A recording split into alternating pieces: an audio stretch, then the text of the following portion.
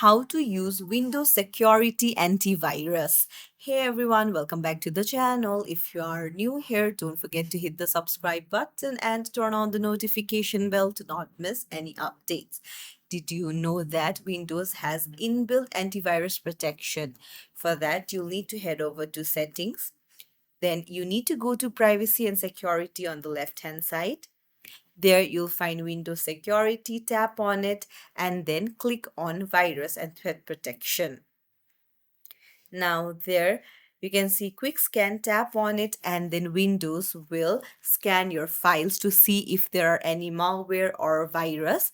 And if there is no virus, then it will show you that there is no current threats. But if there is, then Windows will provide you on-screen actions that you can do to remove the virus. So it's as simple as that.